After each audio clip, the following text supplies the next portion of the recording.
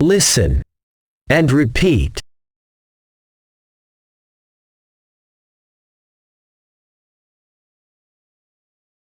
Bridge lady. One day in one of the major capitals, a man came out of one of the metro stations on his way to a major institution to accomplish a work entrusted to him recently temporarily, avoiding torrents of stampede cars and waves of congestion from people back and forth. Most people seem to have previous experience in traffic directions, parking lots and famous places. While some have to ask about the Bar Association, the Supreme Court, or one of the major press institutions to which this field relates, others ask about a particular hospital or medical aid center, and many are eager to guide the questioner, in order to ask for rewards and invitations to inquirers, or to present knowledge and experience to others. In the midst of this crowd in the center of the capital, under a bridge, his eyes glimpsed a woman on the sidewalk, shadowed only by the metal structure of that famous edifice, and her dirty appearance indicates that she remains in this place day and night.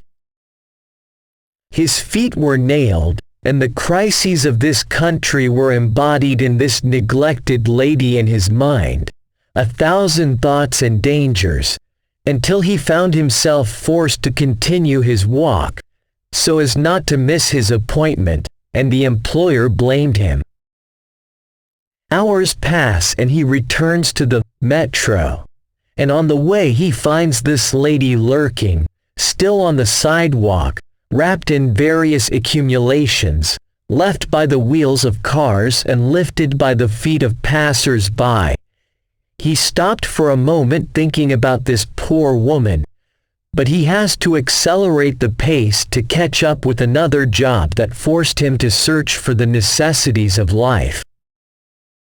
Days passed and our friend returned to downtown, again and again, each time wishing not to see this lady, hoping that a good hand would extend to her and pledge to care for her, or that God would relieve her from this torment. He couldn't imagine how this lady would relieve herself like others amid the eyes of passers-by and the lights of cars. How could it not be erased by car exhaust bullets and dust? How can people go through it and not think about getting it out of this painful reality? But every time he sees her, once she falls into a deep sleep, despite the roar of cars, the cheers of taxi drivers, the calls of street vendors, and another sees her flipping in some takeaway food cans, and empty bottles of mineral water, thrown away by luxury car owners, and in all cases she wakes up, her hands do not stop rubbing every part of her emaciated and sick body. Our planet revolves around its glowing star. And the days pass, the seasons pass. The conditions of people change, and this lady remains in her place, in the morning and in the evening. In the summer under the scorching sun, and in the winter under the showers, as if it had become one of the capital's landmarks that are difficult to disappear. Each time, he tries to investigate the situation of this woman, or find a solution for her, but forces himself to postpone it for the next time, passing hastily, staring at her with his eye, urging his feet to loot the way to catch up with his second work. In this case, our friend cannot limp to the center of the country specifically to deal with this lady, as this has become a form of luxury and even impossible, because he is required to work and move from one job to another, and he cannot stop or look back. Once, while roommates were traveling to their home countries, and he was left alone on a public holiday, the sight of a neglected woman living under the bridge a stone's throw from major press institutions jumped to mind. In the Middle East, which is only a few steps away from the bar and journalists' associations, a stronghold of human rights activists, opposition cadres, political stars and society concerned with the concerns of the homeland and citizens, our friend has found nothing but an apology. "Excuse me, ma'am. I cannot ignore you or deny my knowledge of your tragedy and your right to help. I am alive, thank God. I work in more than one place and I receive more than one salary. And whenever I pass by you, I get closer to you, unlike many who stay away from you for fear of microbes and insects that thrive in your dirty body. And your few clothes, and your dilapidated clothes covers, do not leave your image the focus of my feeling, as I am preoccupied with the passage of the rich and influential inside dozens of luxury cars, and guarding and honoring processions from your neighborhood, without extending their hands to console you, without anyone bothering to call any executive or civil authority to save you from loss. I was occupied by having a hospital on your right, and the medical ambulance center on your left, without anyone paying attention to you. I am worried about the programs of civil society organizations, women's rights organizations, widows and divorced welfare associations, and charitable institutions that aim at financial profit, and how did none of their activists reach you? I am a victim of unemployment, even if I work more than one job, in more than one place, for more than one person, per day, as one work at its normal pace is no longer sufficient for the body's needs for food that gives it survival, and clothing that protects it from the heat of the sun and winter rains. The necessities of the soul have become our luxuries, because employers or those in charge of them apply the law of supply and demand, and job seekers more than available jobs, holding permanent tenders among those who want to work, so that one of us accepts the lowest wage is better than nothing. At the beginning of the new millennium, I landed in the capital from the village, looking for work and accepting unfair conditions in the hope that the situation would improve, or that one of the employers would resort to diligence, commitment and perseverance. One job, madam, is barely enough to rent the room, which I found after trouble and bargaining with brokers and landlords, and with me 3 others in the same circumstances as me. In addition to breakfast on one of the carts scattered on the streets every morning, and another after the evening, I looked for a second job so I could buy shoes to replace the one my feet ate from continuing to walk, and some clothes to cover my emaciated body. I'm neither boring nor a failure. I have the highest degrees, and I'm working at full capacity. But that's no longer enough, and maybe it's not a requirement. In the first place, that one of us has outstanding talent in order to have a fair chance of exploiting this potential. There are obvious differences between objective qualifications and real talents, and between the circumstantial requirements that must be met in order for a person to occupy a certain position. Certainly, there is a difference between having great queens, the skill of promoting these queens, and the ability to market them to others. In such cases, the usual methods do not lead to anything of value, and everyone must take alternative routes, such as walking on ropes, or buying his right with dignity and dignity. For years, madam, I spent in the capital, persecuting its children and those coming to it from the outskirts of the country. Excuse me, your right is not in my power. You are not qualified to save me from a mill I spin in like a tractor moving in a machine, not looking behind it.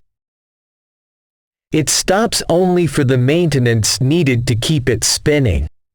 Your right is in the necks of those who are able to choose, those who have the virtue of money, and in the necks of people whose job is to look after the affairs of others, who receive salaries and enjoy broad powers. Your right to care for the homeless, orphans, poor, needy, widows and divorced women, so they received subsidies from the government, benefactors and donor countries. Your right to zakat money, to zakat, and to the necks of those who have voluntarily advanced in the ranks on behalf of me and you, and on behalf of the toiling masses.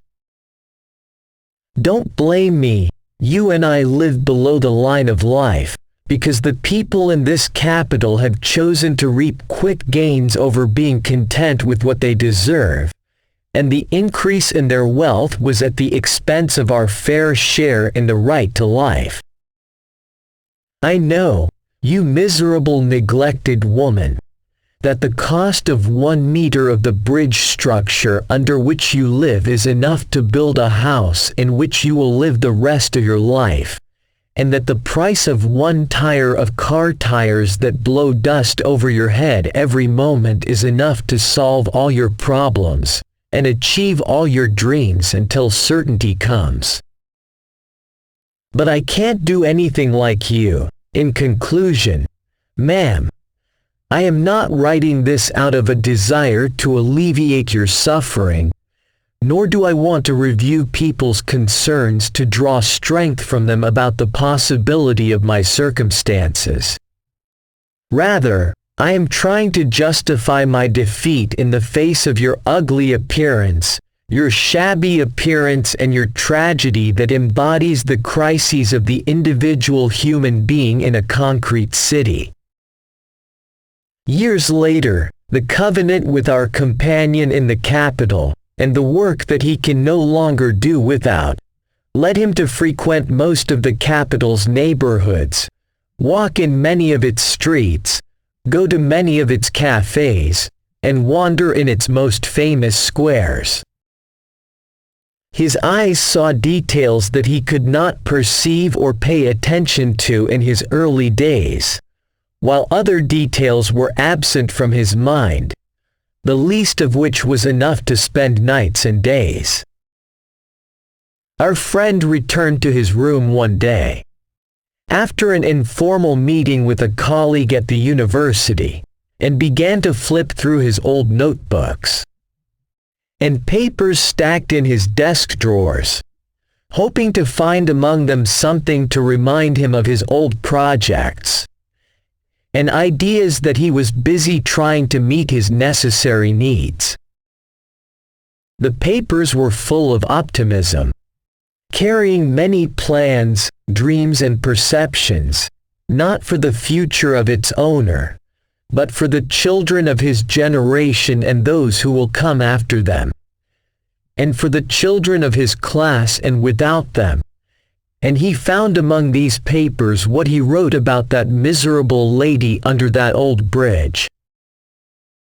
Things overlapped and intertwined before his eyes, and he was no longer able to determine the right starting point. To accomplish what his old friend promised to accomplish after the latter told him of his intention to run in the upcoming parliamentary elections. He needs help formulating an electoral platform that appeals to citizens, especially young job seekers and poor families, while the rich and the region's notables are best placed to deal with them and gain their support.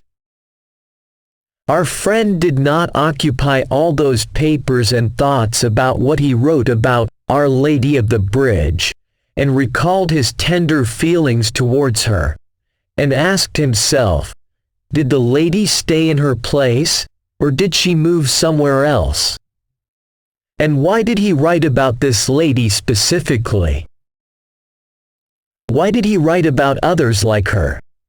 And what if now he decided to write such lines, having seen tens of thousands of beggars, homeless people, street dwellers and sellers of trivial goods, scattered in all squares, streets, neighborhoods and in all means of transport, and on all bridges, around and under them, in full view and with the knowledge of all officials in the country at all levels, with charities spreading with remarkable intensity, and their formation and publicity turning into a phenomenon? Would he have remembered this lady if he had not kept these words he wrote about her? The tortured lady has returned to occupy, and others like her, the focus of his feeling again, so that he included in the electoral program of her candidate a paragraph about the gathering of street dwellers, even by force, to reside in human societies from the tax revenues collected by successive governments. He also considered looking for officials in the newspapers where he worked to publish what he wrote about such a woman, such as articles on paid opinion pages, and donating the bulk of the proceeds to one of these unfortunate women. But he ran into a well-established rule that he thought working with these officials all these years might help him get over it. The reward is only for celebrities or influential writers, and the value of the book has nothing to do with payment or not. Even unpaid publishing was accepted by our owner, and he was satisfied with his attempts to reach out to a person of conscience and position and pay some attention to him. But this too remains elusive for someone of his stature among his peers and coworkers. Of course, our friend did not resort to the third means of publishing his writings. He didn't have enough money to invest in the search for fame, or to polish, in the language of that professional milieu. In his second meeting with the candidate, they disagreed on most of the paragraphs of the program and their formulation, as our friend asked its owner to invest part of the funds, which he allocated for advertising, in establishing a labor-intensive project to absorb some of the poor unemployed from the circle, the electoral program. However, the strategy of collecting votes was based on focusing personal services on the children of large families, as they are heavy and influential, and able to mobilize many voters, while the poor only have their votes, and their working or living conditions may prevent them from going to the election commissions in the first place, so they deserve only those promises contained in the electoral program. Our friend returned to his monotonous work at his old pace, and let the candidate go on his way, because he is more aware of its reefs.